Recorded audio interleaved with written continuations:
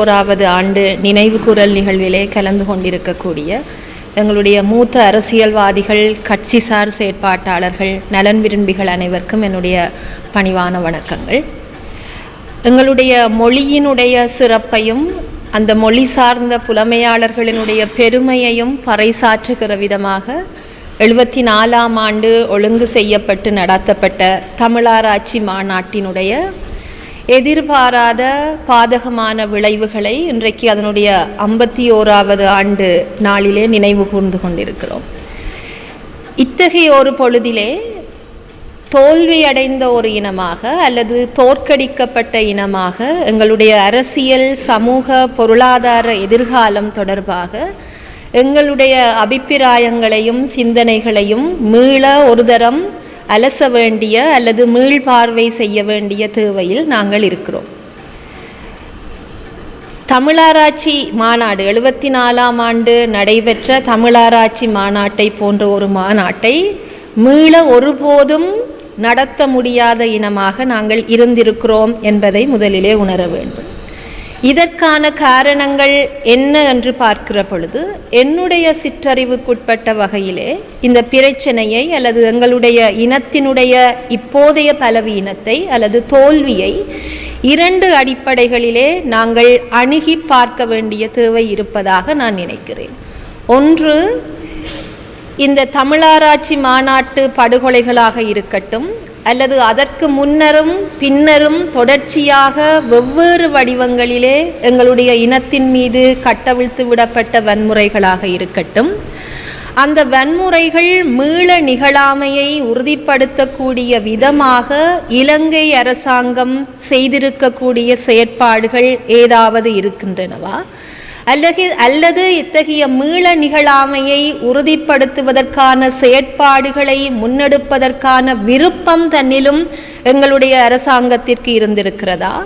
அல்லது காலத்துக்கு காலம் இலங்கை அரசாங்கத்தை நிர்வகித்த அரசியல் கட்சிகளுக்கும் அதனுடைய தலைவர்களுக்கும் இலங்கை தமிழ் மக்களினுடைய பிரச்சனைகள் தொடர்பாக எத்தகைய அணுகுமுறை இருந்தது, பார்வை இருந்தது, அதனுடைய விளைவு என்ன என்பது தொடர்பாக நாங்கள் பார்க்க வேண்டிய தேவை இருக்கிற அதே நேரம் இவ்வாறான பல பாதிப்புகளை அல்லது அசம்பாவிதங்களை வெவ்வேறு காலகட்டத்தில் வெவ்வேறு வடிவங்களில் அனுபவித்த ஒரு இனமாக அதிலிருந்து எங்களை மீட்டு கொள்ளுகிற விதமாக நாங்கள் எங்களை சார்ந்து அல்லது எங்களை சுற்றி கட்டமைத்திருக்கக்கூடிய பொறிமுறைகள் எவை, அவற்றினுடைய பலங்கள் எவை, பலவீனங்கள் எவை என்பதாகவும் இருதரப்பு சார்ந்தும் இந்த பிரச்சனையை அணுக வேண்டிய தேவை இருப்பதாக நான் நினைக்கிறேன்.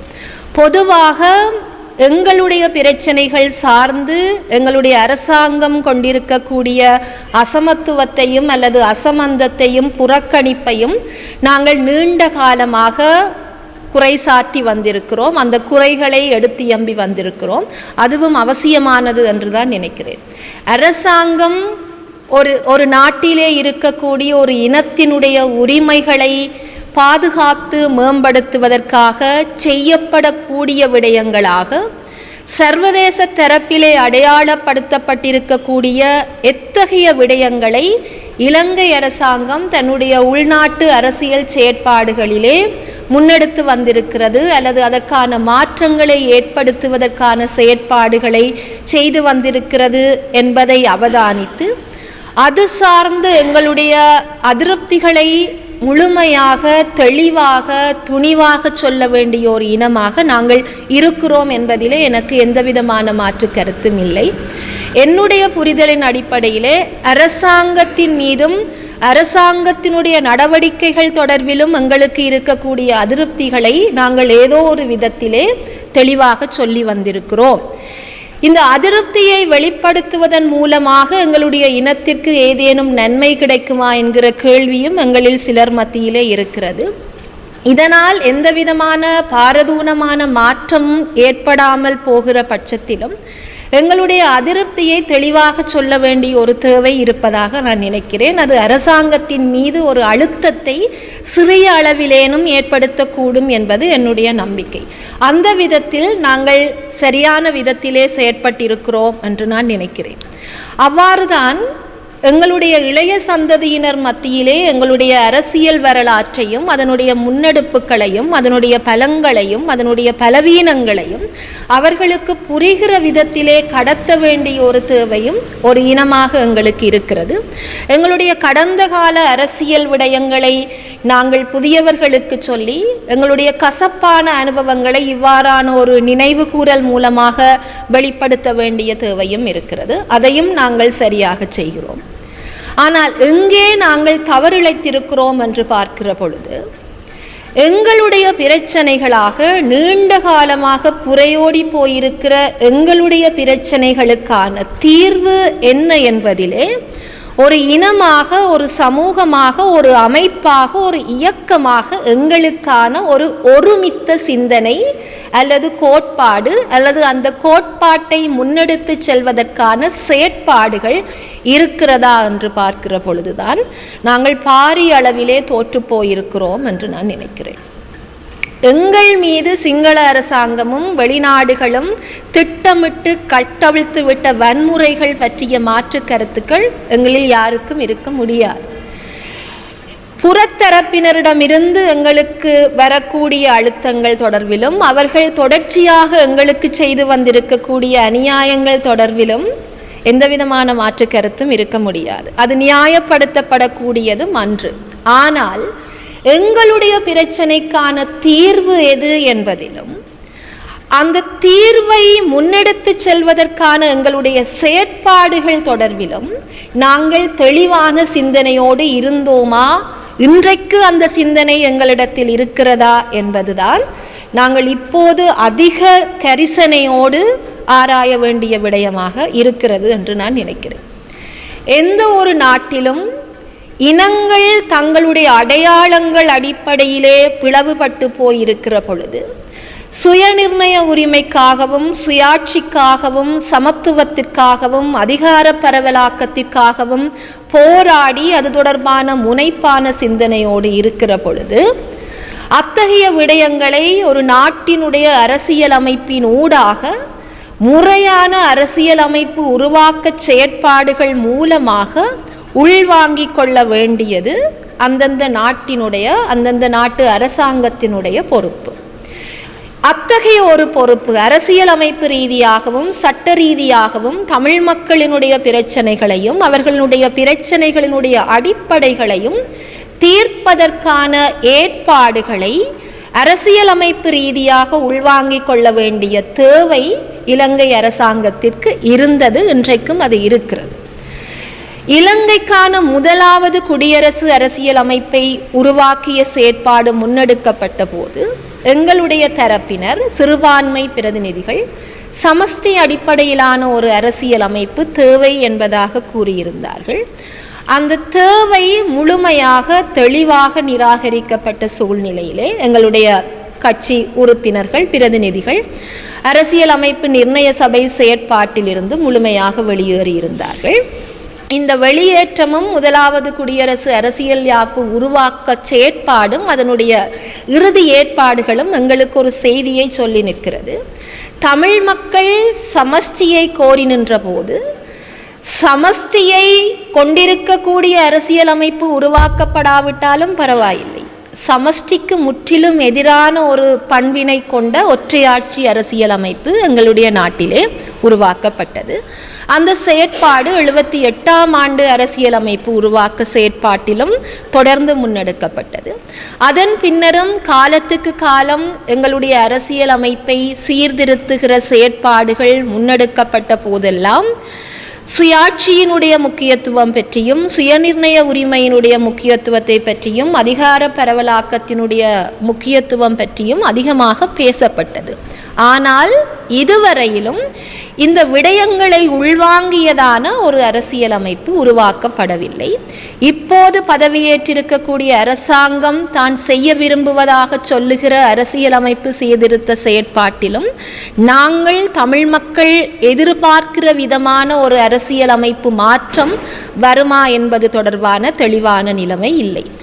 இந்த நிலைமை தொடர்ச்சியாக இருக்கும் என்பது என்னுடைய நம்பிக்கை. ஏனென்றால் எங்களுடைய நாட்டின் அரசியல் அமைப்பு உருவாக்க செயற்பாட்டிலே பெரும்பான்மை மக்களினுடைய ஆதரவு என்பது தவிர்க்கப்பட முடியாதது. பெரும்பான்மை மக்களாக இருக்கக்கூடியவர்கள் ஆதரித்து நிற்கிற ஒரு அரசியல் அமைப்பு தான் இறுதி வடிவம் பெறும்.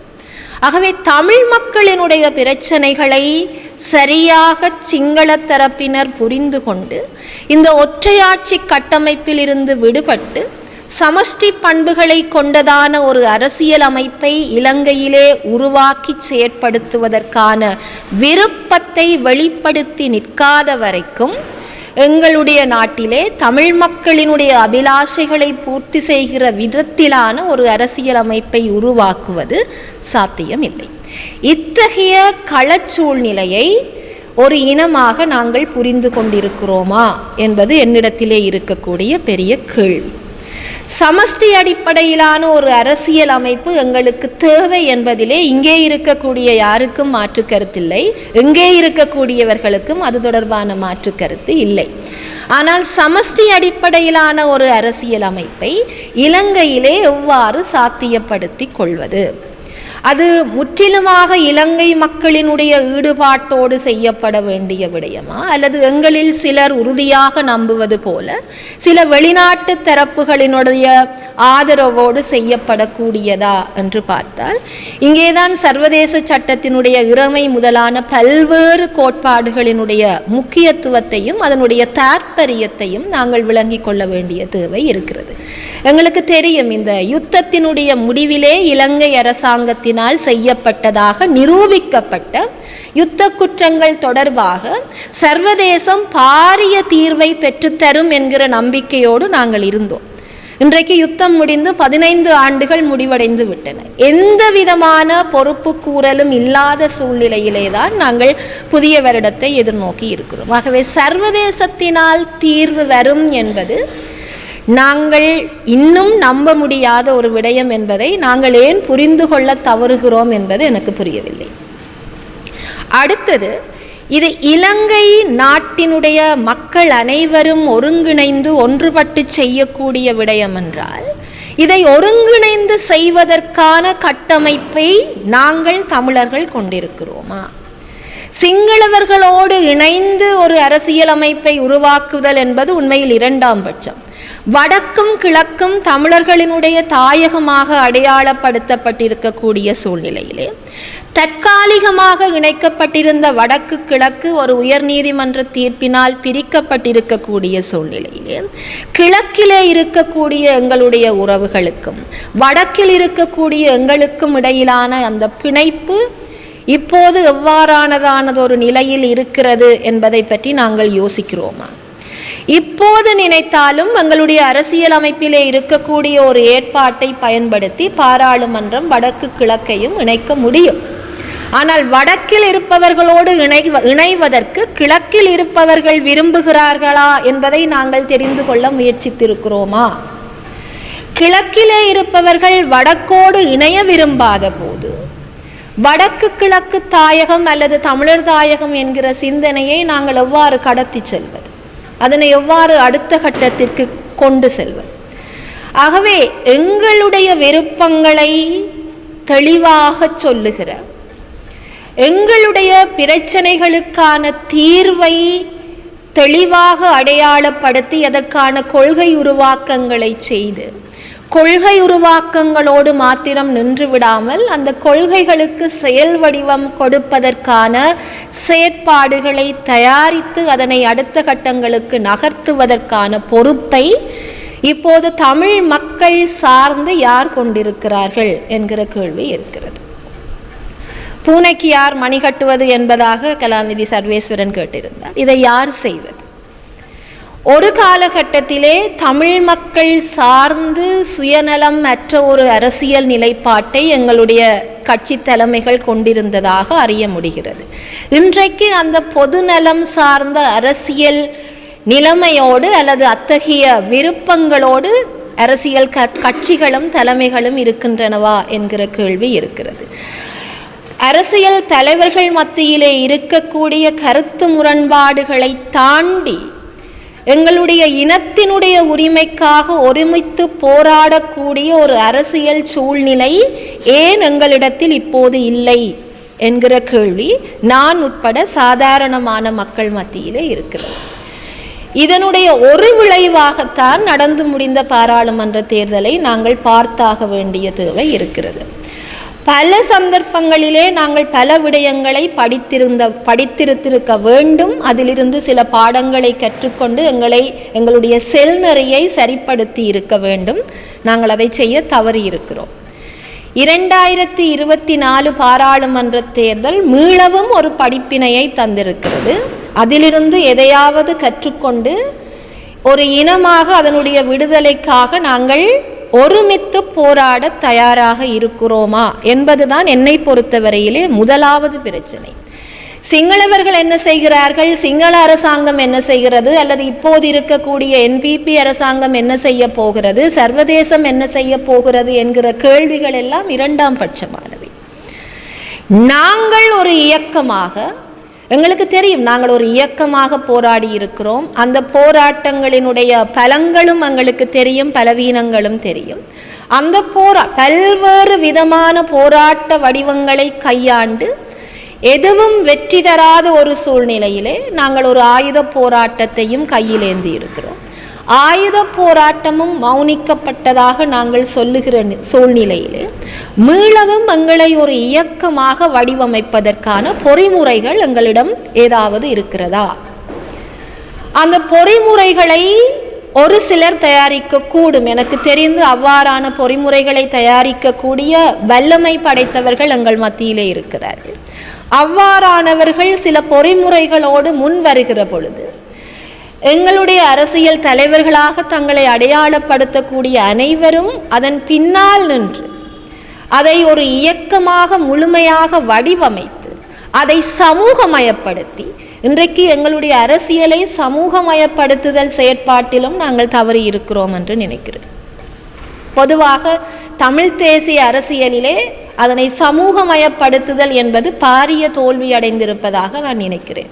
இன்றைக்கு இருக்கக்கூடிய இளைய தலைமுறையினர் இந்த தமிழ் தேசியம் சுயநிர்ணயம் என்பதை வெற்று வார்த்தையாக பார்க்கக்கூடிய சூழ்நிலை உருவாகி இருக்கிறது.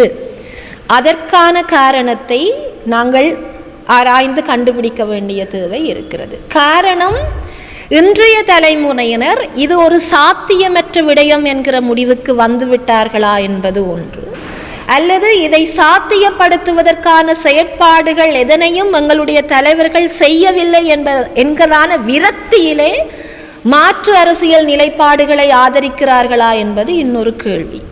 இந்த இரண்டு கேள்விக்குமான தீர்வை நாங்கள் உரிய காலத்தில் கண்டுபிடித்து இளைஞர்களை எங்களுடைய தேசிய அரசியலிலே நம்பிக்கை கொள்ளுகிற விதமாக எங்களுடைய செயற்பாடுகளை கட்டியமைக்காத போது இனிவரும் தேர்தல் காலம் ஒவ்வொன்றும் எங்களுக்கு ஏதோ ஒரு பாடத்தை கற்பித்து செல்லும் என்பதாக நான் உறுதியாக நம்புகிறேன். எங்களுடைய அரசியல் தலைவர்கள் மத்தியில், நான் ஒரு அரசியல்வாதி இல்லை என்பதால் இதை என்னால் துணிவாக சொல்ல முடிகிறது, எங்களுடைய அரசியல்வாதிகள் பலரிடத்திலே தேசியம் சார்ந்த உறுதியான கொள்கை நிலைப்பாடு இருக்கிறது, மறுப்பதற்கு இல்லை. கொள்கை நிலைப்பாடுகளுக்கு செயல் வடிவம் கொடுத்தாக வேண்டிய தேவை நிச்சயமாக இருக்கிறது என்பதை நான் உறுதியாக நம்புகிறேன். தங்களுடைய கொள்கை நிலைப்பாடுகளுக்கு செயல் வடிவம் கொடுப்பதற்கு இவர்களிடத்தில் ஏதேனும் செயற்திட்டம் இருக்கிறதா என்பது ஒரு கேள்வி. அவ்வாறு இருந்தால் அதை செயற்படுத்துவதற்கு இவர்கள் எவ்வாறான முயற்சிகளை முன்னெடுத்தார்கள் என்பது இன்னொரு கேள்வி. இவ்வாறான முயற்சிகளை முன்னெடுத்திருக்கிறார்கள் என்பதிலே மக்களுடைய ஈடுபாட்டை எவ்வளவு தூரம் கொண்டிருக்கிறார்கள், அல்லது இந்த செய்திகள் எவ்வளவு தூரம் மக்களுக்கு கடத்தப்பட்டிருக்கின்றன என்பது இன்னும் ஒரு முக்கியமான கேள்வி. ஆகவே சமூக ஈடுபாட்டோடு மக்களினுடைய பங்கு பற்றுதலோடு எங்களுடைய தமிழ் தேசிய அரசியலை அடுத்த கட்டங்களுக்கு கடத்தியாக வேண்டிய தேவை இருக்கிறது. இந்த வைத்தால் குடுமி அழித்தா என்ன சொல்கிறது, வச்சா குடுமி அழித்தா மொட்டை மாதிரி இல்லாமல் இந்த இரண்டுக்கும் இடைப்பட்டதான சில தீர்மானங்களையும் நாங்கள் எடுக்க வேண்டிய தேவை இருக்கிறது. நிரந்தர அரசியல் தீர்வு என்பது நிச்சயமாக அடையப்பட வேண்டியது. அதனுடைய இறுதிக்கட்டமாக எது இருக்க முடியும் என்பதிலும் எங்களுக்கு தெளிவு இருக்க வேண்டும். அதே நேரம் அந்த இறுதிக்கட்டத்தை அடைவதற்கான ஏனைய படிக்கட்டுக்கள் எவை என்பது தொடர்பிலும் எங்களிடத்திலே தெளிவு இருக்க வேண்டும். கலாநிதி சர்வேஸ்வரன் அவர்கள் எங்களுடைய மாகாண சபை பொறிமுறையை பற்றி சொல்லியிருந்தார். மாகாண சபை முறைமை எங்களுடைய பிரச்சனைக்கான தீர்வு இல்லை என்பதிலே எங்கள் எல்லோருக்கும் உடன்பாடு இருக்கிறது. சமஷ்டியை அடைவது மாகாண சபையை ஏற்றுக்கொள்ளாவிட்டால் சமஷ்டியை அடைந்து கொள்வதற்கான எங்களுடைய படிக்கட்டு எது? ஏதேனும் மாற்று படிக்கட்டுகளை வைத்திருக்கிறோமா? மாற்று படிக்கட்டுகளை சாத்தியப்படுத்துவதற்கான செயற்பாடுகள் எதையாவது செய்கிறோமா? அது இல்லாமல் மாகாண சபை சார்ந்த எங்களுடைய பிழையான தீர்மானங்கள் காரணமாக 88ஆம் ஆண்டு அமுல்படுத்தப்பட்ட மாகாண சபையை முழுமையாக நிறைவேற்றுங்கள் என்று இப்போது எங்களுடைய அரசாங்கத்தையும் இந்திய அரசாங்கத்தையும் அழுத்தி அதற்கான ஏற்பாடுகளை செய்வதற்கான பழைய நிலைமைக்கு மீளவும் வந்து நிற்கிறோம். ஆகவே சில தவறுகளை நாங்கள் தொடர்ச்சியாக செய்து வந்திருக்கிறோம், தெரிந்தே செய்து வந்திருக்கிறோம் என்பதுதான் என்னுடைய புரிதலும். ஆகவே இத்தகைய சூழ்நிலைகளை இனிமேலாவது தெளிவான சிந்தனையோடு கடந்தாக வேண்டிய தேவை இருக்கிறது. அதை நாங்கள் உணர்ந்து செயற்பட தலைப்படாவிட்டால் தமிழ் தேசிய அரசியல் எதிர்காலம் சூனியமாவதற்கான வாய்ப்பு இருக்கிறது. இந்த பாராளுமன்ற தேர்தல் அதற்கான சமிக்ஞையை காட்டி நிற்கிறது. ஆகவே மற்றைய தரப்புகளை குறை கூறி நிற்கிற அதே நேரம் அது எங்களுடைய தெற்கு அரசாங்கமாக இருக்கலாம், எங்களுடைய சமகால எங்களுடைய இனம் சார்ந்த அரசியல்வாதிகளாக இருக்கலாம். குறைகள் நிச்சயமாக உண்டு. அந்த குறைகளை சுட்டிக்காட்ட வேண்டிய தேவையும் நிச்சயமாக உண்டு. ஆனால் குறைகளை சுட்டிக்காட்டி கொண்டே இருப்பதால் நாங்கள் ஒரு இனமாக எதை அடையப் போகிறோம் என்பதையும் நாங்கள் புரிந்தாக வேண்டும். இது வேலைக்காகாத அரசியல் என்பதாக நாங்கள் யோசிக்க தலைப்பட்டிருக்கிறோம். இந்த மாற்றம் அல்லது மாற்றத்திற்கான வாக்கு என்பது என்னுடைய புரிதலின்படி எங்களுடைய அரசியல் நிலைப்பாட்டின் மீது நாங்கள் கொண்டிருந்த அதீத அதிருப்தியினுடைய வெளிப்பாடு. இந்த புரிதல் எங்களுடைய அரசியல்வாதிகளுக்கும் மக்களுக்கும் இப்போது ஏற்பட்டாக வேண்டும். தெளிவான சிந்தனையோடு எங்களுடைய பிரச்சனைகளை தொடர்ச்சியாக சர்வதேசத்திற்கும் எங்களுடைய அரசியல் எதிரிகளுக்கும் சொல்லிக் கொண்டிருக்க வேண்டிய அதே நேரம் நாங்கள் எங்களுக்குள் ஒரு தெளிவான கட்டமைப்பை உருவாக்கி ஒருமித்து நின்று ஒருங்கிணைந்து செயற்பட்டாக வேண்டிய தேவை இருக்கிறது. அதை எங்களுடைய அரசியல் கட்சிகள் இனிமேலாவது சரியாக செய்வார்கள் என்ற நம்பிக்கையோடு அரசியல்வாதிகள் அல்லாமல் சமூகம் சார்ந்து செயற்படக்கூடிய என்னை போன்றவர்களும் இத்தகைய செயற்பாட்டிலே தங்களை ஈடுபடுத்தி கொள்ள தயாராக இருக்கிறார்கள் என்கிற செய்தியோடு இந்த வாய்ப்புக்கு நன்றி பாராட்டி அமைகிறேன். நன்றி.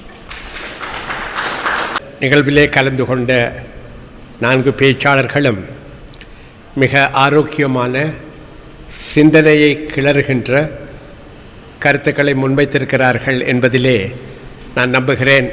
நாங்கள் அனைவரும் ஒருமித்த அபிப்பிராயத்தையே கொண்டிருக்கின்றோம், கொண்டிருக்க முடியும் என்று. இந்த நால்வருக்கும் முதலிலே எங்களுடைய மனப்பூர்வமான நன்றிகளை நான் தெரிவித்துக் கொள்கின்றேன். இந்த கூட்டத்திலே ஒருங்கிணைப்பாளராக கடமையாற்றியிருக்க வேண்டியவர் முன்னாள் பாராளுமன்ற உறுப்பினர் M.K. சிவாஜிலிங்கம் அவர்கள்.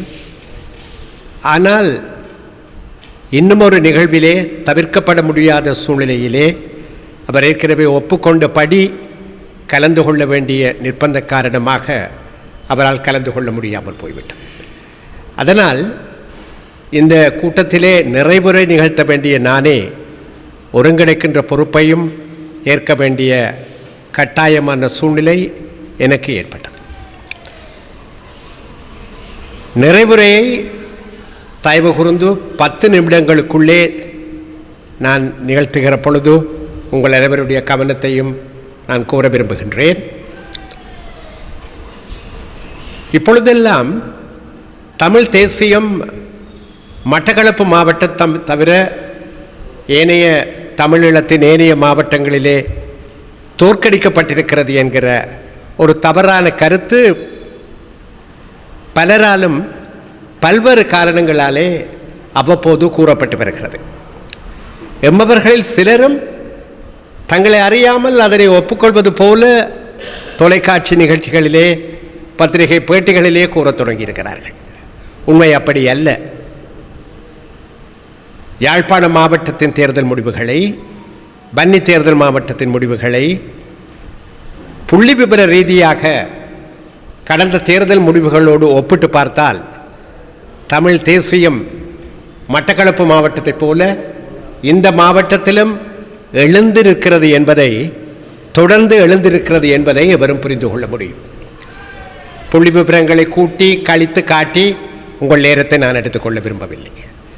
திருகோணமலை, அம்பாறை ஆகிய 2 மாவட்டங்களிலும் முறையே திருகோணமலையில் 33 வீதமும் அம்பாறையில் 18 வீதமாக தமிழ் மக்களின் எண்ணிக்கை குறைவடைந்திருக்கிற சூழ்நிலையிலே அந்த 2 மாவட்டங்களிலும் தமிழ் மக்களுடைய பிரதிநிதித்துவம், திருகோணமலையில் தமிழ் கட்சிகள், தமிழ் தேசியம் சார்ந்த கட்சிகளின் ஒற்றுமையோடும் அம்பாறையில் பிளவுபட்டிருந்த நிலையிலும் இந்த 2 மாவட்டங்களிலும் தமிழ் மக்களுடைய பிரதிநிதித்துவம் காப்பாற்றப்பட்டிருப்பது கூட தமிழ் தேசியத்தினுடைய தொடரும் எழுச்சியின் வெளிப்பாடு என்று நான் துணிந்து கூறுவேன். இன்றைய கருத்தரங்கிலே மையப்பொருளாக இருந்திருக்கிற இங்கிருந்து எங்கே தமிழராட்சி மகாநாட்டு படுகொலைகளின் பின்னணியிலே 51ஆம் ஆண்டு நிறைவிலே இங்கிருந்து எங்கே என்ற கேள்விக்கு எங்களுடைய பேச்சாளர்கள் அனைவரும் மிக சீரான தங்கள் கண்ணோட்டத்திலே தெளிவான கருத்துக்களை முன்வைத்திருக்கிறார்கள். அவர்களுக்கு மீண்டும் ஒருமுறை நான் நன்றி கூற கடமைப்பட்டிருக்கிறேன். இந்த முயற்சி இன்றைய தினம் மின்னொளி ஊடகங்களூடாக பல்லாயிரக்கணக்கான மக்களை சென்றடையும், இங்கும் வெளிநாடுகளிலும். நான் நம்புகிறேன் ஒரு சிந்தனை ஓட்டத்தை எமது மக்கள் மத்தியிலே ஏற்படுத்துகிற ஆரம்ப புள்ளியாக இந்த நிகழ்ச்சி அமைய முடியும் என்று. நிறைவுரை என்று கூறுகிற பொழுது ஒரு கருத்தை மாத்திரம் நான் சொல்ல வேண்டிய கடமை இருக்கிறது. தோல்வி மனப்பான்மை கொண்ட ஒரு இனமாக, அடக்கப்பட்டு ஒடுக்கப்படுகிற இனம் தனது விடுதலை போராட்டத்தின் ஏதாவது ஒரு கட்டத்திலே மாற்றப்படுமாக இருந்தால் அதற்கு மீட்சி இருக்க முடியாது.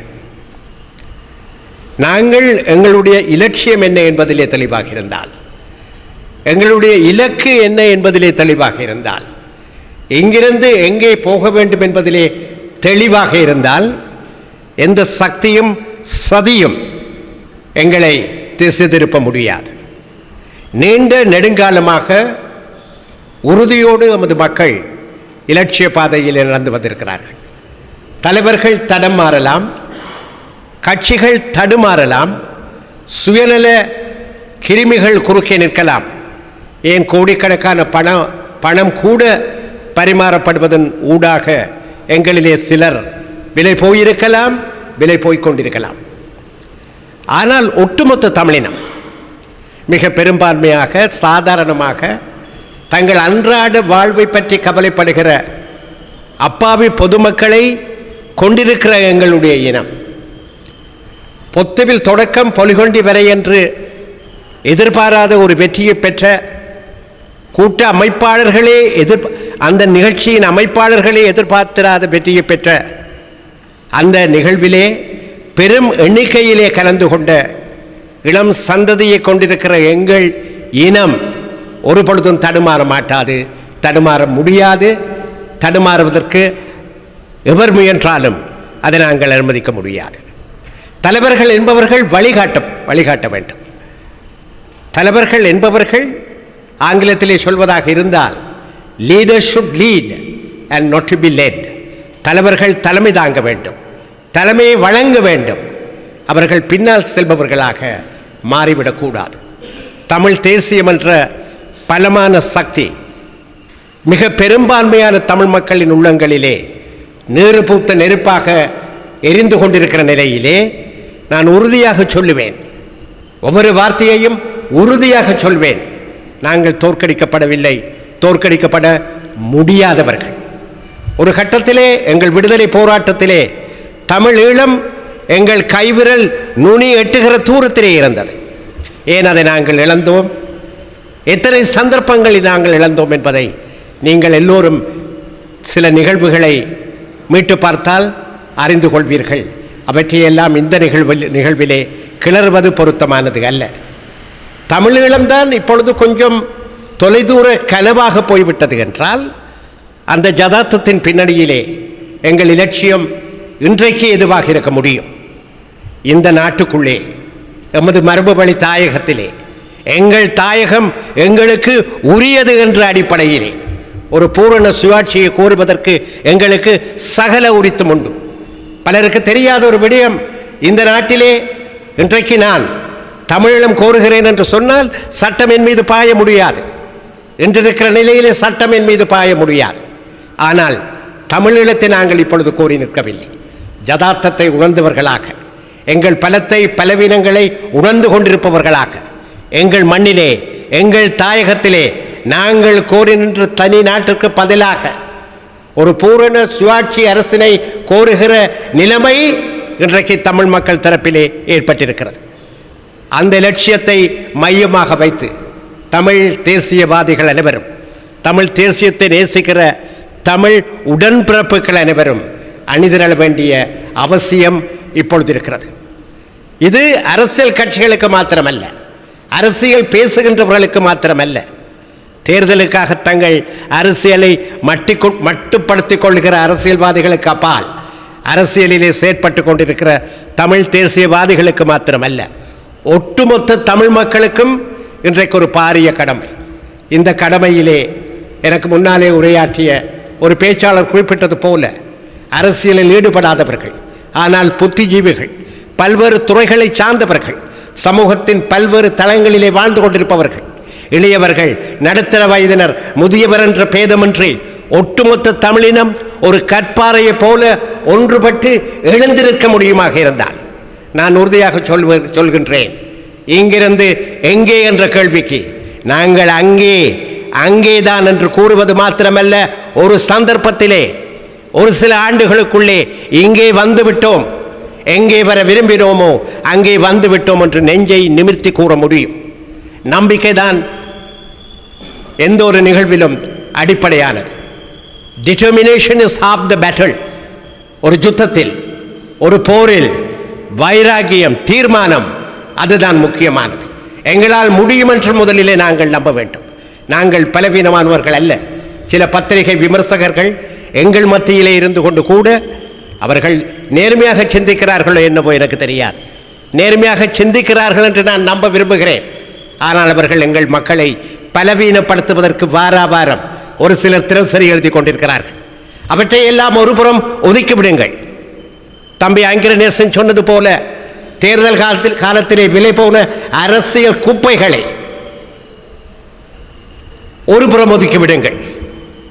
இன்றைக்கு நாங்கள் சிந்திக்க வேண்டியது, தமிழ் மக்கள் மத்தியிலே கடந்த காலத்திலே எமது இனம் சுதந்திரத்தின் பேரால் இழந்த அனைத்தையும் மறந்துவிடாத மக்கள் கூட்டத்தை, எமது மக்களுடைய இதயத்தில் இன்றைக்கு விடுதலை என்கிற கனவு தொடர்ந்து இருந்து கொண்டிருக்கிறதை நம்புகிற அனைவரும் அதற்காக செயற்பட்டாக வேண்டும். ஆனால் ஜதார்த்தத்தை உணர்ந்தவர்களாக செயற்பட்டாக வேண்டும். இந்த முயற்சியிலே தயவு செய்து பொருத்தமற்றவர்களை பற்றி சிந்திக்க வேண்டியதில்லை. அந்த கட்சிக்குள்ளே என்ன அடிப்படை, இந்த கட்சிக்கு யார் தலைவர், இவையெல்லாம் நான் நம்புகிறேன் நாங்களோ நீங்களோ சம்பந்தப்படாத விடயங்கள். அதை அந்தந்த கட்சிகள் பார்த்து கொள்ளட்டும், அது அவர்களுடைய பிரச்சனை. ஏன் மற்றவர்கள் அதற்காக மண்டையை உடைத்துக் கொள்ள வேண்டும், தலைமையேற்பித்துக் கொள்ள வேண்டும்? எங்களுடைய குறிக்கோள், எங்களுடைய பார்வை என்ன என்பதிலே நாங்கள் தெளிவாக இருந்தால், குறிக்கோளின் மீது எங்கள் பார்வை தொடர்ந்து பதிந்திருந்தால், எங்கள் பாதை தொடர்ந்து ஒரே மாதிரியாக ஒரே தடத்திலே இருக்கும். அந்த நம்பிக்கையோடு அதை தூண்டிவிடுகிற ஒரு விடயமாக, இனி சொல்லப்போனால் எங்கள் இளம் சந்ததிக்கு அரசியல் அறிவூட்டலை தொடர்ந்து செய்கிற ஒரு முயற்சியாகத்தான் இதை நான் பார்க்க விரும்புகிறேன். இத்துடன் நாங்கள் நிறுத்திக் கொள்ளப் போவதில்லை.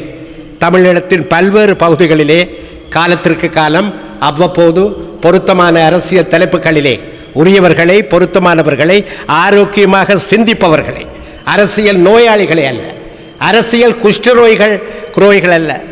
குஷ்டரோய்களை அல்ல, அரசியல் ஜில்மால்களை அல்ல, தெளிவான சிந்தனை கொண்டவர்களை நாங்கள் அழைத்து எங்களால் இயன்ற வரையிலே இந்த முயற்சியை தொடர்வோம். ஒருவேளை எங்களாலே தொடர முடியாமல் போனால் மற்றவர்கள் பொறுப்பேற்றுக் கொள்வார்கள். தம்பி அங்கிரநேசன் சொன்னார், நதிகள் பின்னோக்கி பாய்வதில்லை. உண்மைதான். ஆனால் நதி ஓடிக்கொண்டிருக்கிறது, கங்கை ஓடிக்கொண்டிருக்கிறது என்று சொன்னால் ஒரு குறிப்பிட்ட இடத்திலே ஓடிக்கொண்டிருக்கிற அந்த நீர் ஒரு வினாடிக்கு முன்னால் ஓடிக்கொண்டிருந்த நீர் அல்ல, ஒரு நிமிஷத்துக்கு முன்னால் ஓடிக்கொண்டிருந்த நீர் அல்ல. அந்த நீர் ஓட்டத்திலே எங்கோ போய்விடும். ஆனால் தொடர்ந்து நீர் வந்து கொண்டிருக்கிறது, நதி ஓடிக்கொண்டிருக்கிறது, ஆண்டாண்டு காலமாக ஓடிக்கொண்டிருக்கிறது. அதுபோலத்தான் தேச விடுதலையிலும் நாங்கள் உறுதியாக நின்றால் அந்த தேச விடுதலைக்கான போராட்டம் இலட்சியம் என்பது நிச்சயமாக ஒரு தொடர்கதையாக இருப்பது மாத்திரமல்ல, இறுதி வெற்றியையும் பெற்றுக்கொள்ளும். அந்த வகையிலே வெறும் சுலோகமாக அல்ல, எவ்விதம் 1919 நிகழ்ந்த பஞ்சாப் படுகொலை இந்திய தேச விடுதலைக்கான தீயினை ஓங்கி எரிய செய்ததோ அதுபோலத்தான் தமிழராட்சி மாநாட்டு படுகொலைகளும் எமது வரலாற்றில் அமைந்திருந்தன. தம்பி சிவகுமாரன் ஒரு வருஷத்துக்குள்ளே 6-7 மாதங்களுக்குள்ளே, ஒரு வருஷம் அல்ல, இந்த படுகொலை நிகழ்ந்து 5 மாதங்கள் முடிவதற்குள்ளே வீரமரணத்தை தழுவியது.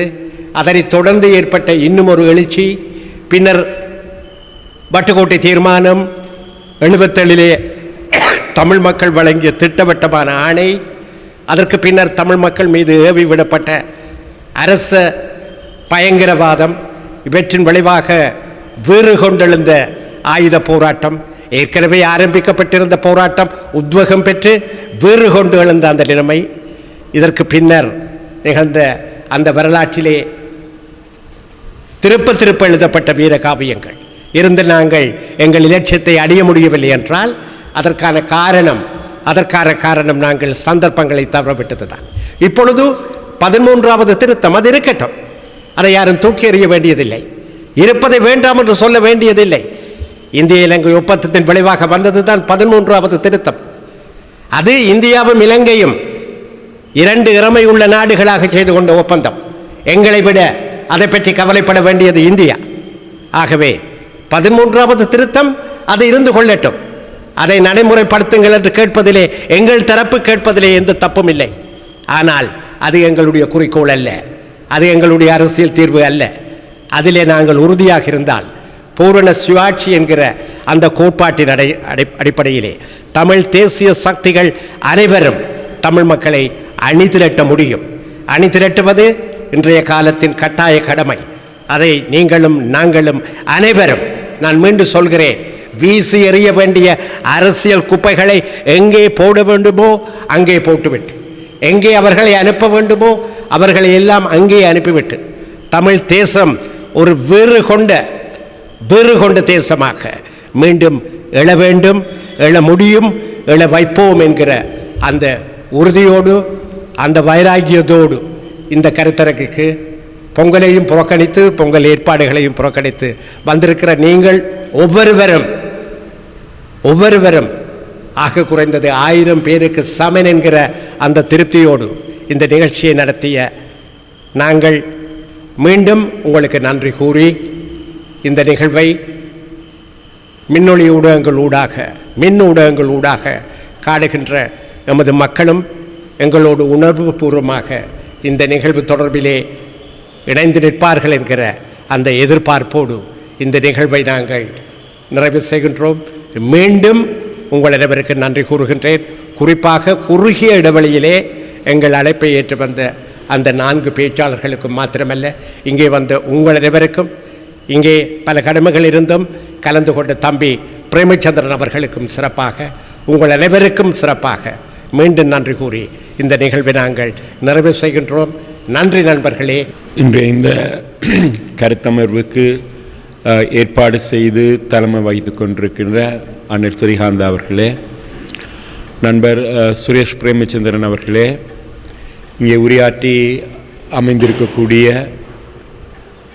பல்கலைக்கழகத்தினுடைய சிரேஷ்ட விரிவுரையாளர் கோசலை மதன் அவர்களே, முன்னாள் வடக்கு மாகாண சபையினுடைய உறுப்பினர் சர்வேஸ்வரன் அவர்களே, சந்திரஹாசன் இளங்கோ அவர்களே, உங்கள் எல்லோருக்கும் இங்கு வந்திருக்கக்கூடிய அந்நியவர்களுக்கும் என்னுடைய வணக்கத்தை முதலில் தெரிவித்துக் கொள்கின்றேன். இந்த தலைப்பு தமிழராட்சி மாநாட்டினுடைய நினைவையொட்டி ஸ்ரீயாந்தாண்டன் அவர்களால் ஏற்பாடு செய்யப்பட்டிருக்கின்றது. இங்கிருந்து எங்கிறது தான் அதனுடைய சாராம்சம். உண்மையில் தமிழராட்சி மாநாடு நடந்த சமயம் எங்களுக்கு இது சம்பந்தமான எந்த உணர்வுமே அற்றவர்களாக, தமிழ் என்ற இந்த அரசியல் உணர்வு எதுவுமே அற்ற, வெறுமனே கல்வியில் மாத்திரம் நாட்டம் கொண்டிருக்கக்கூடிய ஒரு மாணவனாகத்தான் நான் இருந்தேன். 1973ஆம் ஆண்டு காப்புத்தா உயர்தரம் படித்து அதற்கான பரீட்சை பெறுபவர்கள் காத்திருந்த பொழுது திருநெல்வேலியில் பலாலி வீதியில் என்னுடைய ஒரு பாட்டனார் இருந்தார். அவர் ஒரு தமிழ் சட்டமியார். அவருடைய வீட்டில் தமிழராட்சி மாநாட்டுடைய இலச்சினை பொறிக்கப்பட்ட மஞ்சள் கொடியொன்று இருந்தது. அந்த நேரம் யாழ்ப்பாண குடாநாடு முழுவதுமே திருவிழா கோலம் பூண்டிருந்தது. அந்த உணர்வு தான் எங்களில் கொஞ்சம் கொஞ்சமாக தொட்டியிருக்க முடியும். படுகொலைகள், இனப்படுகொலைகள் தமிழராட்சி மாநாட்டுக்கு முன்னரும் நடைபெற்றிருக்கின்றன. இந்த எண்ணிக்கையை விட அதிகமானோர் கொல்லப்பட்டிருக்கின்றார்கள். அப்பொழுது தமிழ் மக்களை ஒருங்கிணைக்க முடியாத அல்லது உணர்வூட்ட முடியாத ஒரு நிலை தமிழராட்சி மாநாட்டின் போது 11 பேர் சுட்டுக் கொல்லப்பட்ட பொழுது ஏன் ஏற்பட்டிருக்கும் என்று சொன்னால், அது தமிழ் உணர்வு அந்த மாநாட்டுக்கூடாக ஊட்டப்பட்டது தான் காரணமாக இருந்திருக்க முடியும். அந்த தமிழராட்சி மாநாட்டினுடைய இரவு நேர கொலை காலை செய்திகளாக வந்தவுடன் நான் அந்த இடத்தை பார்க்க வேண்டும், அங்கே போக வேண்டும் என்கிறது என்னை அறியாத ஒரு மன உணர்வின் உந்துதலின் அடிப்படையில் ஒரு ஒப்பியாரம் கலந்த நோக்குடன் நான் வீட்டுக்கும் சொல்லாமே சென்று விட்டேன். என்னுடைய தந்தையார் அங்கு தேடி வந்து என்னை இழுத்து கொண்டு வீட்டுக்கு கொண்டு வந்த ஞாபகம் இருக்கின்றது. என்னை போலொத்த ஏராளமான ஆயிரக்கணக்கான பல்லாயிரக்கணக்கானவர்களுக்கு அந்த உணர்வு நிச்சயமாக இருந்திருக்கும். அதுதான் ஆயுத போராட்டத்தை முன்னெடுப்பதற்கான, வீருடன் கொண்டு செல்வதற்கான முனைப்பாக அமைந்திருந்தது என்பதில் அவருக்கும் மாற்று கருத்து இருக்காது. ஆனால் நாங்கள் இந்த 51வது வருடங்கள் கடந்து இன்றைக்கு இருக்கக்கூடிய நிலையில் எங்கு நிற்கின்றோம் என்று தெரிந்தால் மாத்திரம்தான் எங்கே செல்ல போகின்றோம், எப்படி செல்லலாம் என்கிறதை தீர்மானிக்க முடியும் என்கின்றது என்னுடைய கருத்து. நான் இயற்கையை நேசிப்பவன், ஒரு வகையில் இயற்கையையே எனது மதமாகவும் கொண்டிருக்கக்கூடியவன், பரிணாமத்தை ஆழமாக நம்புகின்றவன், எவல்யூஷன் என்று சொல்லுவார்கள், கூர்ப்பு. ஆகவே நாங்கள் இங்கே கட்சிகளினுடைய அழிவுகளை பற்றி அளவுக்கு அதிகமாக கவலைப்படுகின்றோம். தமிழரசு கட்சி அழிஞ்சு விடுமா எங்களை பற்றி, அல்லது நாங்கள் அரசியல்வாதிகளாக எங்களை சீர்திருத்துவோமா, எங்களை பற்றி எந்த அக்கறையும் இல்லாமல் அடுத்தவர்களினுடைய அறைக்குள் மூக்கை நுழைக்கின்றவர்களாகவும் அதை பற்றி கவலைப்படுகின்றவர்களாகவும் தான் இருப்போம். நதிகள் ஒருபோதும் பின்னோக்கி பாயாது. என்னை பொறுத்தவரையில் அது ஆணித்தரமான கருத்து. உள்ளது சிரத்தல் என்கின்றது தான் பரிணாமம். ஆகவே அந்த மாற்றம் கட்சிகளிடமும் வரும். நாங்கள் பின்னோக்கி சென்று தமிழ் தேசிய கூட்டமைப்பை உருவாக்க வேண்டும் என்று சொல்லியோ, தமிழ் மக்கள் பேரவையினுடைய தீர்வு திட்டம் தான் சரி என்று சொல்லியோ, நாங்கள் வெகு தூரம் கடந்து வந்து சென்றதற்கு பிறகு அவற்றை பற்றி பேசிக்கொண்டிருப்பதில் அர்த்தமில்லை என்கிறதான் என்னுடைய கருத்து. நாங்கள் இன்றைக்கு எங்கு நிற்கின்றோம் என்று சொல்லி தெரிந்தால் மாத்திரம்தான் அடுத்த கட்டத்திற்கு எங்களினால் பயணிக்க முடியும். கடந்து வந்த பாதையில் படிப்பினைகளை நாங்கள் எடுத்துக்கொள்ளலாமே தவிர திருப்பி மீளவும் அதே இடத்திற்கு செல்வோம் என்கின்றது ஏற்றுக்கொள்ள தகாத ஒன்று. உண்மையில் நாங்கள் இன்றைக்கு இருக்கக்கூடிய நிலையில் ஜேவிபியினுடைய வெற்றி, அந்த வெற்றி என்கிறத பொறுத்தவரையில் வடக்கு கிழக்கில் அவர்களுடைய ஆசனங்களினுடைய எண்ணிக்கை அதிகரித்திருப்பதை எங்களை போன்றவர்கள் அல்லது எங்களுடைய தலைமுறைகள் ஒரு அதிர்ச்சியான செய்தியாகவும் ஜீரணிக்க முடியாத செய்தியாகவும் பார்க்கின்றோம். ஆனால் எங்களுக்கு கீழே இருக்கக்கூடிய அடுத்த தலைமுறைகள் வாக்களித்து தான் அவர்கள் வந்திருக்கின்றார்கள். அவர்களுக்கிடையில் இது எந்த விதமான சலனத்தையும் ஏற்படுத்தவில்லை. வாக்களித்தவர்கள் அவர்கள், பெரும்பாலான வாக்குகளை அவர்கள் அளித்திருக்கின்றார்கள். எங்களுக்கு ஏன் வாக்களிக்கவில்லை என்கின்ற ஆதங்கமும், தென்னிலங்கை கட்சிக்கு அவர்கள் வாக்களித்திருக்கிறார்கள் என்கின்ற கோபமும் எங்களுக்கு இருக்கின்றதே தவிர ஏன் அவர்கள் வாக்களித்தார்கள் என்கின்றது குறித்து நாங்கள் யாரும் இதுவரைக்கும் சிந்திக்கவே இல்லை. நாங்கள் இப்போ கூட கோசலமதன் அவர்கள் சொன்னது எல்லாருமே அதுதான் சொல்லுகின்றோம். ஆயுத போராட்டம் மௌனிக்கப்பட்டதுண்டா நாங்கள் இப்போ பிஸ்டல் எடுப்பலான் வச்சிருக்கிறோம், மௌனித்து வச்சிருக்கிறோம். ஆயுத போராட்டம் தோற்றது என்கிறத கூட எங்களுடைய மரம் ஏற்றுக்கொள்வதற்கு தயாராக இல்லை. நாங்கள் மௌனிக்கப்பட்டது என்று சொல்லி அதை சுகமாக கடந்து போவதற்குத்தான் முயற்சிக்கின்றோம். நாங்கள் எங்கே தவறிழைத்தோம் என்று சொல்லி சொன்னால், இரட்டை கோபுர தாக்குதலுக்கு பிறகு எங்களுடைய ஆயுத போராட்டத்தை முன்னெடுப்பதற்கான சர்வதேச சூழல், பிராந்திய சூழல் கனிந்திருக்கின்றதா என்கின்றதை பற்றி எந்த புரிந்துணர்வும் இல்லாத நிலையில் நாங்கள் அழிக்கப்பட்டோம். முள்ளிவாய்க்கால் யுத்தத்திற்கு பிறகு அப்பொழுது இருக்கக்கூடிய இளைய தலைமுறை என்ன மாதிரியான முடிவெடுப்பார்கள் என்கின்றதை பற்றி சிந்திக்காத இடத்துத்தான் நாங்கள் இன்றைக்கு அரசியல் முள்ளிவாய்க்காலுக்குள் நாங்கள் என்று சிக்கி இருந்திருக்கின்றோம். 95ஆம் ஆண்டு இறுதியில் விடுதலை புலிகள் வன்னிக்கு இடம்பெயர்ந்த பொழுது ஏராளமானவர்கள் ஏதோ ஒரு வகையில் அங்கே போறன் இங்கே போறன் என்று காட்டி யாழ்ப்பாணத்துக்குள்ளே திரும்பி வந்து விட்டார்கள். வன்னிக்குள் இருந்த சனம் வலியை அனுபவித்தது, வதைப்பட்டது. எங்களுக்கு இங்கே இருந்தவர்களுக்கு, யாழ்ப்பாணத்தில் தங்கி இருந்தவர்களுக்கு ஒரு செய்தி மாத்திரம்தான். அடுத்தது யுத்தத்தின் பொழுது பிறந்த பிள்ளைகள், அவர்கள் இன்றைக்கு வாக்காளர்கள். அவர்களுக்கு நாங்கள் எதனை சொல்லிக் கொடுத்தோம்? நானும் ஒரு தனியார் கல்வி என்ற ஒரு ஆசிரியனாக இருந்தவன். நாங்கள் வகுப்புகளை நடத்திய காலப்பகுதியில் மாணவர்கள் சுயமாக வருவார்கள். யாரும் ஏற்றி கொண்டு இறக்கிறதும் கிடையாது, ஏற்றி செல்வதும் கிடையாது. இன்றைக்கு எல்லா தனியார் கல்வி வாசல்களிலும் பெற்றோர்கள், மாணவர்களின் எண்ணிக்கைக்கு சமனான பெற்றோர்கள் காத்து நிற்கின்றார்கள். தங்களுடைய பிள்ளைகளை விட்டால் வேறு எங்கேயும் போய்விடுவார்கள், பழுதாகி விடுவார்கள். ஆகவே அந்த பிள்ளைகளை பக்குவமாக வீட்டு எடுத்து சென்று கல்வியை தவிர வேறு அவர்களுக்கு எதனையுமே போதிப்பது கிடையாது. அவர்கள் கூட, பெற்றோர்கள் கூட, ஏன் நாங்கள் முள்ளிவாய்க்கால் கஞ்சி குடிக்கிறோம், நீங்களும் வாருங்கள் போய் குடிப்போம் என்கின்றதுக்கு கூட சொல்லிக் கொடுப்பது கிடையாது. ஆகவே மாவீரர் தினங்களிலே நாங்கள் கூட்டி அழைத்து செல்கின்றோம். முள்ளிவாய்க்கால் கஞ்சியை நாங்கள் கூப்பிட்டு வலிந்து கொடுக்கின்றோமே தவிர பெற்றோர்கள் தரப்பில் இருந்து எங்களுடைய அடுத்த தலைமுறைக்கு எதையுமே சொல்லிக் கொடுக்கப்படவில்லை. அதற்கு அப்பால் நாங்கள் வாழ்ந்த உலகம் என்கின்றது வெறும் பத்திரிகை உலகம். பத்திரிகை படித்தால் தான் எங்களுக்கு என்ன நடக்கும் என்று சொல்லி தெரியும். இன்றைய இளைய தலைமுறை சமூக ஊடகங்களுக்குள் மூழ்கி கிடக்கின்ற அந்த இளைய தலைமுறைக்கு எவனவன் செய்தி கொடுக்கின்றானோ அது நல்லதாக இருக்க வேண்டும், தீயதாக இருக்க வேண்டும் என்கின்றது அல்ல. வடிவேலுவை ரசிப்பதற்கும் திரைப்படங்களில் ஒரு கூட்டம் இருக்கு என்று சொன்னால், அரசியலில் கோமாளிகளை ரசிப்பதற்கும் ஒரு கூட்டம் தான் உருவாகி இருக்கின்றது. பொது வேட்பாளரின் பொழுது நான் இதே அரங்கில் கூட்டுறவாளர்களை கூப்பிட்டு ஒரு கருத்தரங்கை, ஒரு கருத்தமர்வு ஏற்பாடு செய்திருந்த பொழுது அர்ச்சனாவை பற்றி கதைக்க வேண்டிய ஒரு நிலையில் நான் இதனை எதிரான கருத்துக்களை வைத்த பொழுது முன்வரிசையில் இருந்த பெண்கள் அதனை சீரணிக்கக்கூடியதாக இருக்கவில்லை. ஏனென்றால் அவர்களுக்கு அர்ச்சனா ஒரு வசீகரமான கதாநாயகனாக அன்றைக்கு அவர் தெரிந்திருந்தார். நான் தமிழகத்தில் இருந்த பொழுது ஒரு பத்திரிகையாளர்கள் ஜெயலலிதாவினுடைய வெற்றிக்கான காரணத்தை கேட்ட பொழுது பேட்டி அளித்தவர்களில் அவர் நிறமாக இருக்கின்றார் என்று சொன்னவர்களும் இருக்கின்றார்கள். எம்ஜிஆருடைய மனைவி என்று சொன்னவர்களும் இருக்கின்றார்கள், ஜெயலலிதாவுக்கு வாக்களித்தவர்கள். ஆகவே இங்கே நாங்கள் அர்ச்சனாவை குறை கூறுவதில் எந்த விதமான அர்த்தமும் இல்லை. அர்ச்சனாவுக்கு வாக்களித்தவர்களும் எங்களவர்கள் தான். ஆகவே அர்ச்சனாவை ஒத்த மனோநிலையில் எதனையுமே என்டர்டெயின்மெண்டாக பார்க்கக்கூடிய நிலையில், கேளிக்கையாக பார்க்கக்கூடிய நிலையில் எங்களுடைய எண்ணிக்கை பெருகிச் செல்கின்றது என்கின்றதையும் நாங்கள் களஜதார்த்தத்தை புரிந்து கொள்ள வேண்டும் என்று சொல்லி நான் நினைக்கின்றேன். அவர்கள் வாக்களிப்பார்கள். அடுத்தது ஜேவிபியினுடைய வேட்பாளர்கள் இங்கே வென்றிருக்கின்றார்கள் என்று கேட்டால், வெளி உலகத்துக்கு சொல்லுவதற்கு தமிழ் மக்கள் ஒரு இலங்கை தேசிய கட்சிக்கு, சிங்களவர்களுடைய தேசிய கட்சிக்கு வாக்களித்தது என்று சொல்லுவது பாதகமான ஒரு செய்தியாக இருக்கலாம். ஆனால் என்னுடைய பார்வையில் இவர்கள் பிள்ளைப்பூச்சிகள், யாரென்றே தெரியாதவர்கள் இன்றைக்கு பாராளுமன்ற உறுப்பினர்களாக இருக்கிறார்கள். எந்த அரசியல் பின்புலமும் கிடையாது, எந்த சமூக பண்பாட்டு இயக்கங்களில் எந்த விதமான பங்களித்ததும் கிடையாது. ஆனால் இன்றைக்கு அவர்கள் பாராளுமன்ற உறுப்பினர்கள்.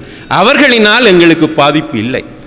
சரியானதாண்டு நான் சொல்லுவதில் தவறு இருந்தால் மன்னித்துக் கொள்ளலாம். பாதிப்பு எங்களவர்களால் இருக்குங்கிறதைத்தான் நான் இந்த இடத்தில் அழுத்தம் திருத்தமாக சொல்ல விரும்புகிறேன். எங்களை பார்த்து இந்த அப்பாவி பொதுமக்கள் கேட்கிற கேள்வி, ஏன் நீங்கள் ஒன்றுபட்டால் என்ன, ஏன் நீங்கள் ஒன்றுபட்டால் என்ன?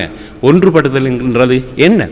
யாரையும் வளர்த்து விடுவதற்காக, அவர்களை பலம் வாய்ந்தவர்களாக அவர்களை உருவாக்குவதற்காக, இனத்தினுடைய பலத்துக்காக, அல்லது இனம் சார்ந்த அந்த ஒன்றுபடுதல் என்கின்ற ஒரு கோரிக்கை வருகின்ற பொழுது ஏற்றுக்கொள்ளலாம். இன்றைக்கு தமிழ் அரசியல் முள்ளிவாய்க்கால் யுத்தத்திற்கு பிறகு சீரழிந்த தலைமைத்துவங்களையே கொண்டு வந்திருக்கின்றன. பார் லைசன்ஸ் என்கிறது இலகுவாக நாங்கள் கடந்து விடக்கூடிய ஒன்றா? கடக்க முடியாது. போதைப் பொருளுக்கு எங்களை இளைஞர்கள் அடிமையாகிறார்கள் என்று சொல்லி அவர்களுக்கு எதிராக நாங்கள் ஆர்ப்பாட்டங்கள் செய்கின்ற பொழுது எங்களுக்கு என்ன அறம் இருக்கின்றது? நாங்கள் மதுபான அனுமதி பத்திரங்களை வாங்கி விற்று அதை தேர்தல் செலவுக்கும் எங்களுடைய வசதிக்கும் பயன்படுத்தி கொண்டு எங்களுடைய இளதலைமுறை போதைக்கு எதிராக போராட வேண்டும் என்று நாங்கள் போய் சுலோகங்கள் பிடிப்பதற்கு எந்த அருகதையுமே எங்களுக்கு இல்லை என்றுதான் நினைக்கின்றேன். விக்னேஸ்வரன் ஐயா பாவம், அவர் வாய்விடாமல் இருந்திருந்தால் இன்றைக்கு அவர் சுற்றவாளி. கம்மண்டு வாய்ப்புத்தி கொண்டிருந்தவர்கள் இன்றைக்கு சுற்றவாளி. விக்னேஸ்வரன் ஐயா பொறுத்தவரையில் நான் உறுதியாக சொல்லுவேன், எனக்கும் அவருக்கும் இடையில் ஏராளமான பிணக்குகள் இருக்கின்றன. ஆனால் 5% 1% கூட இன்னொருத்தருடைய சொத்துக்கு ஆசைப்படாத மனிதர். யாரோ கையை கொண்டே நீட்டி அவர் கையெழுத்து வச்சு அவர் அந்த பாருக்கான அனுமதி பத்திரத்தை கொடுத்திருப்பாரே தவிர லைசன்ஸ் அனுமதி பத்திரத்தை வாங்கி கோடிக்கணக்காக சம்பாதித்து விற்றவர் அவர் அல்ல. ஆனால் அவர் மாட்டுப்பட்டுள்ளார். மற்றவர்கள் எல்லோருமே வந்து தப்பிவிட்டார்கள். அங்கே விக்னேஸ்வரன் ஐயா மாத்திரமல்ல, பலரும் வாங்கி இருக்கின்றார்கள், அதை விற்று வந்து காசாக்கி இருக்கின்றார்கள். ஆகவே இது அறம் சார்ந்தது. அரசியல் என்கின்றது வெறுமனே தேர்தலை இலக்காக கொண்டு தேர்தலில் வெல்லுவதற்கு மாத்திரம் உரியது அல்ல. அந்த அறமங்களிடம் இல்லாமல் இருக்குமாக இருந்தால் நிச்சயமாக எங்களுடைய போராட்டம் வந்து தோல்வியடையும். கடந்த காலங்களில் இல்லாத ஒரு புதுவிதமான ஒரு நோய் இன்றைக்கு எங்களுடைய அரசியலை வந்து பிடித்திருக்கின்றது. பொது வேட்பாளருடன் ஆரம்பித்தது பன்னாட்டு நிறுவனங்களிடம் அரசியல்வாதிகள் கையேந்துகின்ற ஒரு தன்மை. பொது வேட்பாளர் கோட்பாட்டு ரீதியாக நான் ஏற்றுக்கொண்டேன். என்னிடம் அது தொடர்பாக பலர் வந்து கதைத்தார்கள், ஏற்றுக்கொண்டேன்.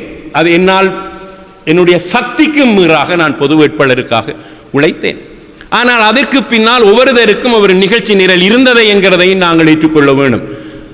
ரணிலை வெல்ல வைக்க வேண்டும். நாங்கள் சஜித்துக்காரன் வாக்களித்தால் ரணிலின் வெற்றி வாய்ப்பு பாதிக்கப்படும் என்பதற்காக இங்கே வந்து பின்னாளில் உழைத்த அரசியல் தலைவர்கள் இருக்கின்றார்கள். என்னிடம் நான் ஏற்கனவே சொல்லியிருக்கின்றேன், ஒரு பெரும் பன்னாட்டு நிறுவனம் பல மாதங்களுக்கு முன்னர் தங்களுடன் இணைந்து கொள்ளுமாறு என்னை வந்து கேட்டது. பலரையும் சந்தித்திருக்கலாம். நான் அவர்களுக்கு நேரடியாக சொன்னது என்று சொல்லி சொன்னால், உங்களுக்கும் எனக்கும் எந்த விதமான ஒட்டுறவும் இருப்பதற்கான சாத்தியம் வந்து இல்லை. ஏனென்றால் அவர்கள் ஒரு தடவை ரஜினிகாந்தை யாழ்ப்பாணத்திற்கு கொண்டு வர முயற்சித்தார்கள். முதலமைச்சரை ஒரு விருந்தினராக அழைத்திருந்தார்கள். முதலமைச்சரும் யாரை இது சொன்னாலுமே ஓமண்டு போயிடுவார். நிச்சயமாக அன்றைக்கு அந்த நிகழ்ச்சி நடந்திருந்தால் முதலமைச்சர் மேடையில் இருந்து தள்ளியே விழுத்தப்பட்டிருப்பார் இந்த ரசிக பட்டாளங்களினால். அந்த முதலமைச்சர் விக்னேஸ்வரன் அல்ல, எங்களுடைய அந்த பதவிக்கு வந்து அது மிகுந்த அவமானமாக இருந்திருக்கும். நான் தமிழகத்துக்கு என்னுடைய நண்பர் திருமாவளவனிடம் சொல்லி ஒரு ஆர்ப்பாட்டத்தை ஏற்பாடு செய்ததுடன் ரஜினிகாந்த் கும்பிட்டேன் என்னை விட என்று சொல்லி அந்த நிகழ்ச்சியை வந்து தவிர்த்தார். வந்தவருக்கு நான் இதை சொன்ன பொழுது, இதை நீங்கள் எங்களுடைய பொஸ்ஸுக்கு சொல்ல வேண்டாம், ஆனால் அவர் உங்களை சந்திப்பதற்கான நேரம் கேட்டிருக்கிறார், அதை மட்டும் தாருங்கள் என்று சொல்லி கேட்டார். நான் வந்து அதனை அனுமதிக்கவில்லை. என்றால் எங்களுடைய வாழ்க்கை காலம் நான் நினைக்கின்றேன் அந்திமத்தை நாங்கள் நெருங்கி கொண்டிருக்கின்றோம். எங்களுக்கான ஒரு பாதையை போட்டு இப்படித்தான் வாழ்வோம் என்று சொல்லி வாழ்ந்து கொண்டிருக்கின்ற பொழுது பணத்துக்காக அல்லது குறுக்கு வழியில் பதவிகளை கைப்பற்ற வேண்டும் என்பதற்காக சோரம் போக முடியாது என்கின்றது என்னுடைய நிலைப்பாடு. இன்றைக்கு பன்னாட்டு நிறுவனங்கள் தான் நாடுகளினுடைய அரசியலை தீர்மானிக்கின்ற ஒரு நிலையில் தமிழ் அரசியலில் இன்று அது காலூன்றி இருக்கின்றது. கடந்த பாராளுமன்ற தேர்தலின் பொழுது பணம் பரிமாறப்பட்டிருக்கு, கோடிக்கணக்கான பணம் செலவழிக்கப்பட்டு எங்களுடைய வேட்பாளர்கள் வந்து நிற்கின்றார்கள். சரி, நிதி தேவை, ஆனால் தங்களுக்காகத்தான் வேலை செய்ய வேண்டும் என்று சொல்லி ஒரு ஒப்பந்தத்துடன் எங்களுடைய வேட்பாளர்கள் இந்த தேர்தலில் களமிறங்கி இருக்கின்றார்கள். இவர்களுடன் நாங்கள் ஒற்றுமையாக பயணிக்க வேண்டுமா அல்லது அவ்வாறு பயணிக்க முடியுமா? இவர்களை நாங்கள் மீளவும் எங்களை ஏணியினுடைய படிகளாக வைத்து இவர்களை வெல்ல வைத்து இவர்கள் மீளவும் இதே தவறுகளை செய்து கொண்டு போவார்களாக இருந்தால் எங்களுடைய இனத்தினுடைய மூச்சு கிடைக்கும் என்று சொல்லி நாங்கள் நிற்கின்றீர்களா? இல்லை. மீளவும் எங்களுக்கு இருக்கக்கூடிய வாய்ப்பு என்ன? கடந்த காலத்தில் இருந்து தமிழ் மக்கள் பேரவையில் இருந்து படிக்காததினால் இங்கே தமிழ் தேசிய பொதுக்கட்டமைப்பு தோல்வியை சந்தித்தது. தமிழ் தேசிய பொதுக்கட்டமைப்பாக சேர்ந்து பயணித்திருப்போமாக இருந்தால் நிச்சயமாக தமிழ் தேசியம் சார்ந்த இன்னும் அதிகமான எண்ணிக்கைகளை பெற்றிருக்க முடியும். அங்கே சிவில் சமூகம் அதில் தவறிழைத்தது. மீளவும் சிவில் சமூகமாக அவர்களினால் இன்னொரு சிவில் சமூகத்தை கட்ட முடியாத அளவுக்கு தமிழ் மக்களிடையே அவநம்பிக்கை தோன்றியுள்ளது. ஆனால் அதற்காக சலித்துக் கொள்ள வேண்டும் என்கின்ற அவசியமில்லை. அது சிவில் சமூகம் என்கிறது அரசு சார்பற்ற நிறுவனங்களையும் அதற்கு உள்வாங்கியதால் வந்த பிரச்சனையும், கட்சி சார்பானவர்களை நிச்சயமாக அரசியல் தேவை. தமிழ் தேசிய இனத்தினுடைய அரசியலை முன்னிறுத்துகின்ற அவர்கள் மாத்திரம்தான் இந்த சிவில் சமூக கட்டமைப்பில் இருக்கலாமே தவிர கட்சிகளின் பினாமிகளாக இங்கே நுழைய முடியாது. அல்லது இந்த பொது கட்டமைப்பில் வேலை செய்தவர்கள் பாராளுமன்ற தேர்தல் கேட்கின்றார்கள், தவறு. இங்கே வருகின்ற பொழுது அந்த அரசியல் ஆசை என்கின்றது தேவைப்படாத ஒன்று. சிவில் சமூகத்தினால் அல்லது இந்த அமைப்புகளினால் கிடைக்கக்கூடிய பிரபலத்தை பயன்படுத்தி தங்களுக்கு அதனை தேர்தலில் அறுவடை செய்வதற்காக பயன்படுத்துகின்ற ஒரு நிலையுமே எங்களுக்கு இதில் தோற்றுவிக்கப்பட்டிருந்தது. இவற்றை ஒரு படிப்பினையாக எடுத்து சிவில் அமைப்பு என்கின்ற நிலையில் இருந்து அது ஒரு மக்கள் இயக்கமாக பரிணமித்து இங்கேயும் கட்சிகளும் தங்களை சுத்தம் செய்து எவரெவர் இந்த அரசாங்கத்துக்காக எங்களுக்கு ஒன்று பேசி அரசாங்கத்துடன் பின்கதவால் தங்களுடைய வாழ்க்கை வசதிகளை பெருக்கிக் கொண்டார்களோ அவர்களை எல்லாம் பிடித்து நாங்கள் வெளியில் விடுகிறோம், எங்களுடன் சேருங்கள் என்று சொல்லி ஒரு அறைகூவல் விடுக்கப்படுகின்ற பட்சத்தில் நிச்சயமாக அது மக்களிடையே ஒரு மாற்றத்தை ஏற்படுத்துமே தவிர நாங்கள் தோற்றுவிட்டோம் அந்த தோல்வியை மறைத்து நாங்கள் மீளவும் நாங்கள் தான் அந்த கதிரையில் உட்கார வேண்டும் என்கின்றதற்காக இந்த ஒன்று விடுதலை கோருவோமாக இருந்தால் அது என்னை பொறுத்தவரையில் வரப்போகின்ற உள்ளூராட்சி தேர்தலும் மிக மோசமான விளைவுகளை ஏற்படுத்தும். நான் இந்த இடத்தில் ஒன்று சொல்ல விரும்புகின்றேன். மக்கள் எங்கள் மீது உள்ள கோபத்தால் அந்த ஐக்கிய தேசிய கட்சியோ அல்லது நான் சொல்லப்போட இந்த அனுரகுமார திசநாயக்காவுக்கு வாக்களித்தார்கள் நான் ஏற்றுக்கொள்ள மாட்டேன். அவர்களுடைய மனோநிலை இல்லை இன்றைக்கு. அதாவது தமிழ் தேசியம் என்கிறதை எல்லாம் அவர்கள் ஒரு வெற்றி சொல்லாக பார்க்க, அரசியல்வாதியை இன்றைக்கு அதனை வெற்றி சொல்லாகத்தான் தனக்கு வாக்குகளை வசீகரிப்பதற்குரிய ஒரு சொல்லாக மாத்திரம் பயன்படுத்துகின்ற பொழுது மக்கள் எவ்வாறு அதன் பின்னால் நிற்பார்கள்? அவர்களுக்கும் இன்றைய நிலை அதுதான். ஆகவே காலத்திற்கு ஏற்ப இன்றைய காலத்துக்கு எங்களுக்கு என்ன தேவையோ அதுதான் நிற்கும் என்கிறதற்கேற்ப நாங்கள் செயற்படுவோமாக இருந்தால் எங்களுடைய அரசியலை தக்க வைக்கலாம். ஒரு தடவை புதுவை அண்ணையிடம் நான் கேட்டேன், அண்ணன் நீங்கள் உங்களுடைய கவிதைகளால் நீங்கள் வாழுவீர்கள் என்று நினைக்கிறீர்களா என்று சொல்லி கேட்டேன். அவர் சொன்னார், அங்கரநேசன் இப்போ என்னை காலம் தூக்கி வைத்திருக்கின்றது, என்னுடைய கவிதைக்கு இன்றைக்கு தேவை இருக்கின்றது, ஆகவே இதுவரைக்கும் நான் நிற்பேன். காலம் என்று என்னை தேவையில்லை என்று கருதுகிறதோ அன்றுடன் புதுவையும் போகும், புதுவையினுடைய கவிதைகளும் போகும் என்று சொல்லி சொன்னார். அவர் எனக்கு உதாரணம் சொன்னார். அது எவ்வளவு தூரத்துக்கு சரி என்று சொல்லவில்லை. திருமுறைகளை கரையான் அடித்தது என்று சொல்லுகின்ற வரலாறு பொய்யங்கரநேசன். காலத்துக்கு உதவாத திருமுறைகள் பயன்பாட்டில் இருந்து விடுபட்டது போக எஞ்சியவை இன்று எங்களுக்கு தேவாரங்கள் திருவாசங்களாக நிலைத்திருக்கு என்று சொல்லி சொன்னார். ஆகவே நாங்கள் நிலைக்கப் போகின்றோம் என்று சொல்லி சொன்னால் எங்களில் இருந்து சிலவற்றை இழக்க வேண்டும் என்று தான் நம்புகின்றேன். பாம்பு அதனுடைய முதலாவது ஸ்டேஜில் கைகால்களுடன் தான் இருந்தது. அது பொந்துக்குள் துளைகளுக்குள் துவாரங்களுக்குள் புக ஆரம்பிக்கின்ற பொழுது பரிணாமம் அந்த கைகளையும் கால்களையும் இல்லாமல் செய்தது. எங்களிலும் இருக்கக்கூடிய தவறானவர்களை, இந்த சூழலுக்கு பொருத்தமில்லாதவர்களை களைந்து இந்த கட்சிகள் ஒன்றுபடுமாக இருந்தால் நாங்கள் தொடர்ந்து உங்களுடன் சேர்ந்து பயணிப்பதற்கு தயாராக இருக்கின்றோம் என்று சொல்லி அண்ணன் சிறியாந்தா அவர்களுக்கு சொல்லி விடைபெறுகின்றேன்.